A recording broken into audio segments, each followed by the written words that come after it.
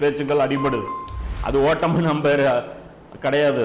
இது இதெல்லாம் சொல்ற எல்லாமே இந்த சூழ்ச்சியுடைய ஒரு பகுதி தான். இது எல்லாமே துருக்கியை நம்ம நம்ப முடியாது. எல்லாமே எல்லாமே ஒரே குட்டையில் உருண மட்டைகள் தான். அப்போ இப்போ நம்ம என்ன பார்க்கணும் அப்படின்னு பார்த்தீங்கன்னா, இந்த இஸ்ரேலுடைய ஸ்டேட்டஸ், இந்த இஸ்ரேல் எப்படி படிப்படியாக இந்த எழுச்சி பெற்றுட்டு வந்தது, இது பல கட்டங்களாக எப்படி வளர்ந்துட்டு வருது அப்படிங்கிறத நம்ம பார்க்குறோம். இந்த இப்ராஹிம் நபிக்கு தரப்பட்டது தான் பாலஸ்தீன். இந்த பாலஸ்தீனுடைய பின்னணி என்னன்னு பார்த்தீங்கன்னா, இப்ராஹிம் நபிக்கு தான் தரப்பட்டது இந்த பாலஸ்தீன். அதில் இப்ராஹிம் நபியுடைய ஒரு மகன் யாக்கூப் நபி இந்த இடத்துல வளர்றார், பாலஸ்தீனத்தில் வளர்றார். இன்னொரு மகன் இஸ்மாயில் நபி, அவர் மக்காவில் அந்த இடத்துல அரபுல அவர் வளர்றார். இப்ராஹிம் நபியுடைய பேரனான யாக்கூப் நபி கிட்ட இருந்து என்ன ஆகுது, அது இந்த ஊர் டெவலப் ஆகுது. அவரை வச்சு தான் அந்த ஊருக்கே பேர் பனி இஸ்ராயிலுங்கிறது, அவரை வச்சு தான் பேர். அவருடைய பேர் தான் இஸ்ராயில். அவருடைய வாரிசுகள்ங்கிறதுனால தான் அவரை பனி இஸ்ராயில்னு சொல்லி கூப்பிடுறாங்க. இப்ராஹிம் நபியுடைய மகன் பேர் இஸ்ராயில் கிடையாது. அப்போ அந்த இவங்களை பொறுத்த வரைக்கும் பல தடவை அந்த வரலாறு சொல்லப்பட்டு, அந்த வரலாறு நிறைய ஒரு விஷயம். அதில் பல தடவை அந்த ஊரை விட்டு அவங்க விரட்டப்படுவது, யார், யூதர்கள், மறுபடியும் வருவது, மறுபடியும் போவது, மறுபடியும் வருவது, இது நடந்துக்கிட்டே இருக்கு. இறுதியாக அவங்க என்ன ஸ்டேட்டஸில் இருந்தாங்கன்னு பார்த்தீங்கன்னா, பைசாந்திய அரசாங்கத்திற்கு கீழே இருந்தாங்க. பைசன்டைன் எம்பையர்னு சொல்லிட்டு ரோம பைசாந்தியா அப்படின்னு சொல்லி ஹதீஸ்களில் வரும். குரானில் வரக்கூடிய ரூம்னு வருது இல்லை, குலிபத்துர் ரூம். அப்போ அந்த ரோம பைசாந்திய எம்பையர்கள், அந்த ரோமர்களுடைய அந்த வரலாறும் தனி, அதுவும் நம்ம பார்க்கணும். ஏன்னா அந்த ரோம் இன்னைக்கு பலதாக பிரிஞ்சு போச்சு. கடைசி காலத்தில் நீங்கள் ரோமர்களுடன் கூட்டணி போடுவீர்கள் சொல்லி நபி ஸல்லல்லாஹு அலைஹி சொல்றாங்க. அப்ப அதனால ரோம் யாருங்கிறது, இந்த காலத்தில் எது ரோமுங்கிறது யாரை குறிக்கும்ங்கிறது இன்னைக்கு ரொம்ப முக்கியம். அப்ப அந்த அடிப்படையில் அந்த வரலாறும் இன்ஷா அல்லாஹ் அது ஒரு சந்தர்ப்பத்தில் பார்ப்போம். அப்ப இதுல பொறுத்த வரைக்கும் இவங்க என்ன பண்ணாங்க, ஈசா நபி வரும்போது அந்த ஊர்ல நிலவரம் என்னன்னு பார்த்தீங்கன்னா, பைசாண்டைன் எம்பையருக்கு அவங்க கப்பம் கட்டிட்டு இருந்தாங்க.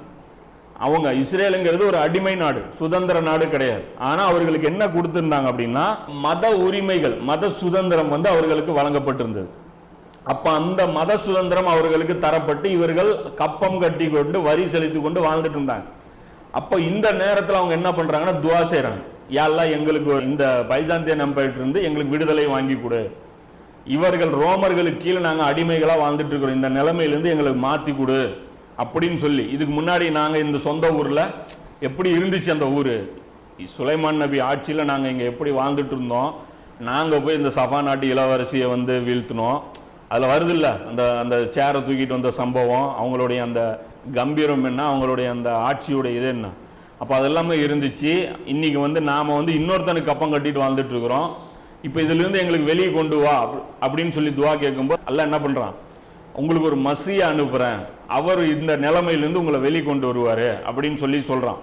அப்போ அந்த அடிப்படையில் அனுப்பப்பட்டவர் தான் யார், ஈசா அலைஹிஸ்ஸலாம். அவங்க ஈசா அலைஹிஸ்ஸலாம் அவர்கள் அங்கே வரும்போது அல்லாஹ் என்ன சொல்கிறான், இந்த பைத்துல் முகத்தஸோட மறுபடியும் உங்களுக்கு ஒரு ஆட்சியை நான் ஏற்படுத்தி தருவேன், ஆனால் அதுக்கு நீங்கள் என்ன பண்ணணும் அப்படின்னா, ஈசா நபி மீது நம்பிக்கை கொள்ளணும், அதற்கப்புறம் நீங்கள் அவருக்கு உதவி செய்யணும் அப்படிங்கிற அந்த நிபந்தனையை கொண்டு அவங்க அல்லாஹ் என்ன பண்ணுறான், அவங்களுக்கு அந்த இஸ்ரேலுக்கு கொடுக்குறேங்கிற அந்த வாக்குறுதி கொடுக்குறான். ஆனால் இவங்க என்ன பண்ணுறாங்கன்னா, ஈசா நபி மேலே ஈமான் கொள்ளலை. ஈமான் கொள்ளாமல் நான் ஈசா நபி மேலே அவதூறு சொல்லி அவங்கள நிராகரிச்சு விடுறாங்க. அப்போ அதுக்கப்புறம் அல்லாஹ் என்ன பண்ணுறான், ஈசா நபியை வானத்துக்கு உயர்த்திடுறான். அப்போ இந்த ஈசா நபியை வானத்துக்கு உயர்த்தினதுக்கு அப்புறம் இந்த பைசாண்டியன் எம்பையருக்கு கீழே இவங்க வாழ்ந்துட்டு இருக்கிறாங்கல்ல, 70 வருஷம் கழிச்சு இவர்களாகவே கிளர்ச்சி செய்கிறாங்க. பைசாண்டியன் எம்பையருக்கு கீழே இவங்க என்ன பண்ணிட்டு இருக்காங்க, கப்பம் கட்டி வாழ்ந்துட்டு இருக்கிறாங்க. கப்பம் கட்டி வாழ்ந்துட்டு இருக்காங்க. இதிலிருந்து விடுதலை வாங்கி தர்றதுக்காக அல்லாட்ட துவா செய்கிறாங்க. அந்த அடிப்படையில் அல்லாஹ் அந்த துவாவை அங்கீகரித்து ஒரு நபியை அல்லாஹ் வாக்களிக்கிறான், அவர் தான் ஈசா நபி. ஆனால் அவங்க வர்றாங்க. வந்ததுக்கப்புறம் அவங்க என்ன பண்ணுறாங்கன்னா, இவங்களுக்கு என்ன தேவை, அந்த கிறிஸ்தவருக்கு, அந்த பனி இஸ்ராயல்களுக்கு இவங்ககிட்ட இருந்து விடுதலை வாங்கினா போதும், அவ்வளோதானே. ஆனால் இவங்க வரும்போது ஈசா நபி வர்றாங்க, இவங்களுடைய அந்த நிலைமை பார்க்குறாங்க, பனி இஸ்ராயல்களுடைய நிலைமை பார்க்குறாங்க. இவங்களுக்கு எப்படி இந்த சூழ்நிலை இருக்குன்னு பார்த்தீங்கன்னா, முழுமையாக இவர்கள் எப்படி மாறிட்டாங்கன்னா, ஜாஹில்களாக மாறிட்டாங்க. எல்லா அனாச்சாரங்களும் இவர்கள் இடத்துல இருக்கு. யார் இடத்துல, பனி இஸ்ராயல்கள் இடத்துல இருக்கு. வட்டி அவங்க ஹலாலாக்கிட்டாங்க. நிறைய பெரும் பெரும் பாவங்கள் துணிஞ்சு செய்ய ஆரம்பிச்சிட்டாங்க. பள்ளிவாசல் பிஸ்னஸ் அதான் அந்த காயின் எக்ஸ்சேஞ்ச் பண்ணுற அந்த இடமா வச்சுட்டாங்க. அங்கேயே சேல்ஸ் நடக்குது. வெளியே வந்து ஒரு கோழி வந்து உதாரணத்துக்கு சொல்கிறேன், வெளியே கோழி வந்து 100 ரூபாய்க்கு கிடைக்கும். ஆனால் இங்கே குர்பானி கொடுக்கணும், இந்த இவங்ககிட்ட இருக்கிற கோழி தான் வாங்கணும். அந்த கோழி 1000 ரூபாய்க்கு விற்பான். இதெல்லாம் ரிபா, இதெல்லாம் வட்டியில் வருது. இப்படியெல்லாம் அவங்களுடைய அந்த கல்ச்சர் மாறி மத குருமார்கள் இப்படி வாழ்ந்துட்டு இருக்கிறாங்க. இந்த மக்களும் எப்படி இருக்காங்கன்னா ஹலால் ஹராம் ஃபாலோ பண்ணாமல் வாழ்ந்துட்டு இருக்கிறாங்க. அதுக்கு தான் இப்போ இவர் என்ன சொல்கிறார், ஈசா நபி வந்துட்டு கூட நான் புதுசாக ஒன்றும் ஹலால் ஹராம் கொண்டு வரலப்பா, மூசா நபி உங்களுக்கு தடுத்தார்ல, அதே ஷரியத் தான் நான் கொண்டு வந்தேங்கிறாங்க. ஆனால் இவங்க என்ன பண்ணுறாங்கன்னா ஹலால் ஹராமை இவங்க விடுறதுக்கு தயார் இல்லை. இந்த நேரத்தில் இவங்களுக்கு கிலாஃபத் கொடுத்துருந்தா பைசாண்டியன் எம்பையர் என்ன கூத்தடிக்குதோ அதே கூத்து இவன் அடிச்சிருப்போம். அது ஒரு முஸ்லீம் ஆட்சியாக போயிருக்குமே தவிர இஸ்லாமிய ஆட்சியாக போயிருக்காது.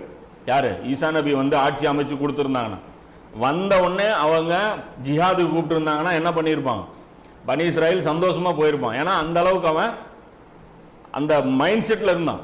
ஆனால் ஈசா நபி என்ன பண்ணாங்க, முதல்ல தஸ்கியா நஃப்ஸுக்கு கூப்பிட்டாங்க. முதல்ல நீ உன்னை தூய்மைப்படுத்து, அதுக்கப்புறம் வந்து நாம் ஜிஹாதுக்கு போகலாம் அப்படின்னு. அதை வச்சு தான் இவங்க வஹாபிகள் இதை சப்போர்ட் பண்ணி இதை எடுத்துக்குவாங்க. அதில் ஹிக்மத் இருக்குன்னு வச்சுங்க.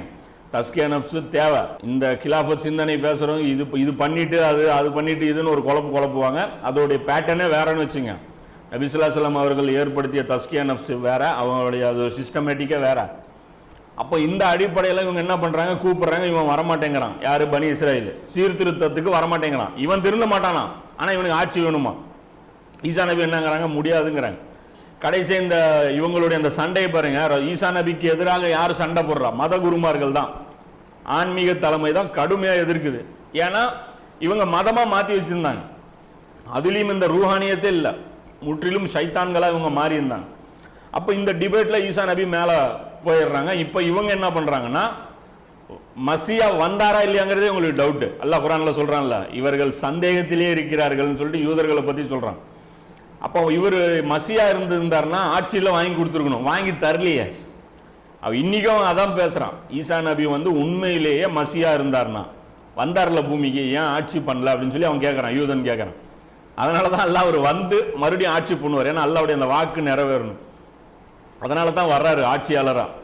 அப்போ இவர் என்ன நடக்குதுன்னா, 70 வருஷம் கழிச்சு இவங்க என்ன பண்ணுறாங்க, இவர்களே அங்கே இருக்கக்கூடிய கவர்னரை கொண்டுறாங்க. யாரை, அங்கே இருக்கக்கூடிய அந்த பைசாண்டின் எம்பையருடைய கவர்னர் தான் அங்கே இருக்கான். அவன் தான் ஈசா நபி சிறை பிடிச்சி வச்சு இந்த திருடனை விடுதலை பண்ணுறதா, ஈசாவை விடுதலை பண்ணுறதான்னு கேட்பான். தெரியுமில்ல, இயேசுவை விடுதலை பண்ணுறதா இந்த திருடனை விடுதலை பண்ணுறதான்னு கேட்பான் பாரு. அவன்லாம் யார், அவன் கவர்னர். அவன் பைசாண்டின் எம்பையருடைய ஹெட் குவார்ட்டர்ஸ் அங்கே கிடையாது, ஹெட் குவார்ட்டர்ஸு வேற இடத்துல இருந்தது. அதுக்கப்புறம் தான் அது வந்து அந்த ஹெட் குவார்ட்டர்ஸ் எங்கே போகுது, ரோமு, அதுதான் வந்து இங்கே போகுது, துருக்கியில் போகுது. கான்ஸ்டான்டினோபிளோடைய அந்த ஹெட் குவார்ட்டர்ஸ் அங்கேருந்து அவங்க ஆட்சி பண்ணுறாங்க. அதுக்கு முன்னாடி அவங்க கிரேக்கத்தில் இருந்துருக்கிறாங்க. அப்போ இதில் வந்து அவன் என்ன பண்ணுறான், அப்போ அந்த கவர்னரை கொன்னுட்டு அடித்து துரத்திட்டாங்க. வரிசை வாங்குறவன் இவன் தானே, இவனை கொன்னுட்டு இந்த படையை வெடிச்சிட்டு ஜெருசலமை இவங்க கைப்பற்றிக்கிட்டாங்க. யார், யூதர்கள். சுதந்திரம் டிக்ளேர் பண்ணுறாங்க. டிக்ளேர் பண்ணவுடனே அவன் இருப்பான்ல, வல்லரசு இருக்குல்ல, அது சும்மா விடுமா, அது வந்து ஒரு படை எடுத்து சும்மா பிரிக்குது. அப்போ இந்த தண்டனை எதுக்கான தண்டனையா அல்லாஹ் சொல்கிறான் அப்படின்னா, ஈசா நபியை நிராகரிச்சாங்கல்ல, அதற்குண்டான தண்டனையே இது அமையுது. 70 வருஷம் கழிச்சு இவர்கள் அழிக்கப்படுறாங்க. அதுதான் அல்லாஹ் குர்ஆன்ல 17வது அத்தியாயத்தில் 7வது வசனத்தில் சொல்கிறோம். 2வது வாக்குறுதியின் போது, வேறு பகைவர்களை உங்கள் மீது நாம் சாட்டினோம், அவர்கள் உங்கள் முகங்களை உருக்குலைத்து விட வேண்டும். மேலும் முதல் தடவை எவ்வாறு மஸ்ஜிதுல் அக்ஸாவை நுழைந்து தங்கள் கைக்கு கிடைத்தவற்றை எல்லாம் இடித்து நாசமாக்கக்கூடிய கொடியவர்களை உங்கள் மீது நாம் ஏவினோம் சொல்லி அல்லாஹ் சொல்றோம். அல் அக்ஸாவை 2வது வாட்டி நான் இடிச்சேங்கிறான். அப்போ 2 வாட்டி இடிக்கப்பட்டிருக்குன்னு குர்ஆன் சொல்லுதா இல்லையா? ஃபர்ஸ்ட் வாட்டி இடிச்ச மாதிரியே இடிச்சிட்டேங்கிறான். அப்போ அல் அக்ஸா இல்லை, ஈசா நபி வந்ததுக்கு அப்புறம் அல் அக்ஸா இல்லை. அப்போ இது ஈசா நபி காலத்தில் தான் நடந்ததுங்கிறதுக்கு என்ன ப்ரூஃப்னு பார்த்தீங்கன்னா பைபிளில் இருக்கு. இந்த 2வது இடிக்கப்பட்ட அந்த அல் அக்ஸா ஈசா நபி காலத்துக்கு பிறகுதான் இடிக்கப்பட்டதான்னு பார்த்தீங்கன்னா, இது மத்தேயுல 24வது அதிகாரத்தில் 1வது வசனம் 2வது வசனம், லூக்கால 21ல் 5, 6, மார்க்கில் வந்து 13, 1, 2. ஈசா நபி பைத்துல் முகதஸ்குள்ளே வர்றாங்க. இவங்களுடைய அந்த செயல்கள்லாம் பார்த்து நல்லா அவங்களுக்கு டோஸ் விட்டுட்டு கோபமாக கிளம்பி போகிறாங்க. கிளம்பி போகும்போது பக்கத்தில் இருக்கிற ஒரு சஹாபி சொல்கிறார், இயேசு கோவிலை விட்டு வெளியேறி வந்த போது அவருடைய சீடர்களில் ஒருவர், போதகரே, எத்தகைய கற்கள், எத்தகைய கட்டடங்கள் பாரும் என்று அவரிடம் சொல்றார். என்ன சொல்றாரு, இந்த கட்டடத்தை பாருங்க, என்ன பிரம்மாண்டமான கட்டடம், என்ன சூப்பரான இது. அந்த பைத்துல் முகத்தஸுடைய அந்த கட்டட இதை வந்து புகழ்ந்து பேசுறாரு. அப்ப ஈசா நபி சொல்றாங்க, இந்த மாபெரும் கட்டடங்களை நீர் பார்க்கிறீர் அல்லவா, இங்கு கற்கள் ஒன்றின் மேல் ஒன்று இல்லாமல் ஆகும்படி இது இடிக்கப்படும். அது கட்டடம் இடிக்கப்படும். யார் முன்னறிவிப்பு செஞ்சுட்டு போறா? ஈசா நபியை முன்னறிவிப்பு செஞ்சுட்டு போறாங்க. பில்டிங்கா சூப்பரா இருக்கா, பள்ளிவாசலா, எல்லாம் காலியாக போகுது பாரு, ஒரு கட்டடத்துக்கு ஒரு செங்கல் இன்னொரு செங்கல் மேல இருக்காது, எல்லாம் தகர்ந்துரும் அப்படிங்கிறேன்.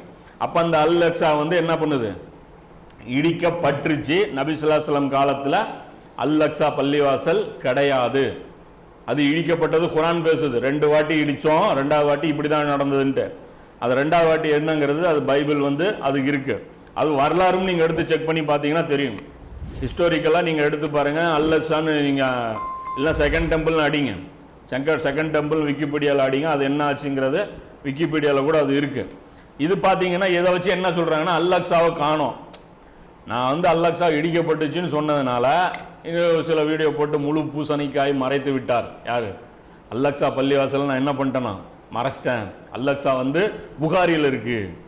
எங்கப்பா புகாரியில் இருக்குன்னு பார்த்தா இந்த புகாரியில் 3886 ஹதீஸ், நிறைய ஹதீஸ் இருக்கு. இப்போ 4710வது ஹதீஸ். இது என்னன்னா நபி ஸல்லல்லாஹு அலைஹி வஸல்லம் அவர்கள் மேராஜுக்கு போயிட்டு வராங்க. அதாவது காபத்துல்லாவிலிருந்து மஸ்ஜிதுல் ஜெருசலம் வரைக்குமான முதல் பயணம். 2வது ஜெருசலத்திலிருந்து வானத்துக்கு 2வது பயணம். 2 கட்டமா நடக்குது. அப்போ இந்த பயணத்தின் போது நபி ஸல்லல்லாஹு அலைஹி வஸல்லம் அவர்கள் ஜெருசலம் போயிட்டு வந்தது காலையில காஃபிர்கள்ட்ட சொல்றாங்க. காஃபிர்கள் என்ன பண்றாங்க, நம்ப மறுக்காங்க. அது எப்படி ஒரே நைட்ல போக முடியாது, 1 மாதம் அளவுக்கு பயணம் செய்யக்கூடிய தூரம் இது, எப்படி ஒரு நைட்ல போக முடியும்? அப்ப அதுக்கு வந்து ரசூல்லா என்ன பண்றாங்க, சொல்றாங்க. ரசூல்லா இதுக்கு முன்னாடி ஜெருசலம் போனதே கிடையாது. அப்ப அந்த ஜெருசலத்துடைய அடையாளங்களை சொல்றாங்க. அப்ப அந்த நேரத்தில் என்ன இருக்குன்னா பைத்துல் முகத்தஸ் காட்டப்பட்டதுன்னு இருக்கு. அப்ப பைத்துல் முகத்தஸ்னா விளக்கம் என்ன? பைத்துல் முகத்தஸ் அந்த வீடியோல போட்டிருப்பேன். அல் அக்ஸா வேற, பைத்துல் முகத்தஸ் வேற. ஈரோடுங்கிறது ஊரு, அதுக்குள்ள இருக்கிற ரயில்வே ஸ்டேஷன்ங்கிறது அதுக்குள்ள இருக்கிற பகுதி. அது மாதிரி பைத்துல் முகத்தஸ்ங்கிறது ஜெருசலம் கூட குறிக்கும். அதுக்குள்ள இருக்கிற அந்த அல் அக்ஸாங்கிறது கட்டடம். நபி ஸல்லல்லாஹு அலைஹி வஸல்லம் காலத்துல கட்டடம் இருந்ததான்னு கேட்டா கிடையாது. கட்டடம் இருந்தது கிடையாது. அல் அக்ஸா ஜெருசலம் தான் இருந்துச்சு, அல் அக்ஸா கிடையாது. பைத்துல் முகத்தஸ் இருந்துச்சு, ஆனா அல் அக்ஸா வந்து கிடையாது. நபி ஸல்லல்லாஹு அலைஹி வஸல்லம் அவர்களுக்கு காட்டப்பட்டது எது அப்படின்னு பாத்தீங்கன்னா ஜெருசலம் தான் காட்டப்பட்டுச்சு. இந்த ஜெருசலத்துடைய அந்த நகரம், அதோடைய தெருக்கள், அதோடைய கோட்டைகள், இதுதான் காட்டப்பட்டுச்சு. இதைத்தான் வந்து ரசூலா சொன்னாங்க இந்த மாதிரி வந்து இருந்ததுன்னு. அது புகாரில 132வது அடிக்குறிப்பு, 3886வது ஹதீஸ் புகாரில் எடுத்து பாருங்க. அதோடைய அடிக்குறிப்புல போட்டிருக்காங்க, ஃபத்துல் பாரியில இருந்து எடுத்து போட்டிருக்காங்க. அதுல கூட அவங்க என்ன சொல்றாங்க, பைத்துல் முகத்தஸ் காட்டப்பட்டதுன்னு தான் சொல்றாங்க. பைத்துல் முகத்தஸ் போட்டு பிராக்கெட்ல ஜெருசலம் அப்படின்னு போட்டிருக்காங்க. அப்போ ஹதீஸ்லயும் முஃபஸ்ஸிரீன்கள் அதுதான் சொல்லியிருக்காங்க. முஹத்திஸீன்கள் என்ன சொல்றாங்க, அதுதான் சொல்லியிருக்காங்க. அல் அக்ஸா காட்டப்பட்டதுன்னு சொல்லவே இல்லை. சில ஹதீஸ்ல என்ன வருது, அல் அக்ஸான்னு சொல்லி வார்த்தை வந்து விட்டுருக்காங்க. முஸ்னத் அஹமதுல ஒரு வார்த்தை இருக்கு அல் ஹஸ்ஸான். ஹதீஸ்ல பொறுத்த வரைக்கும் இது மாதிரியான வார்த்தைகள் முன்னுக்கு பின்னும் மாறி வர்றது வழக்கம். ஹதீஸ்ல பொறுத்த வரைக்கும் முன்னுக்கு பின்னும் மாறி வர்றது வழக்கம். ஆனா உண்மையிலேயே அல் அக்ஸா நபி ஸல்லல்லாஹு அலைஹி வஸல்லம் காலத்துல இருந்ததில்லை. ஆனா நபி ஸல்லல்லாஹு அலைஹி வஸல்லம் அவர்கள் ஒரு பள்ளிவாசலுக்குள்ள இருந்து தொழுத மாதிரி வருது. முஸ்லிம்ல 259 ஹதீஸ்ல என்ன வருது, பள்ளிவாசலில் பைத்துல் முகத்தஸ் போன அந்த இடத்துல அல் அக்ஸா பள்ளிவாசல்ல நான் 2 ரக்காத் தொழுதேன் என்று வருது. அப்ப ரசூல்லா தொழுது இருக்காங்களா பள்ளிவாசல்ங்கிறாங்க. அப்ப அந்த பள்ளிவாசல் பொறுத்த வரைக்கும் அது வந்து அல்லாஹ் அவர்களுக்கு ஏற்படுத்திய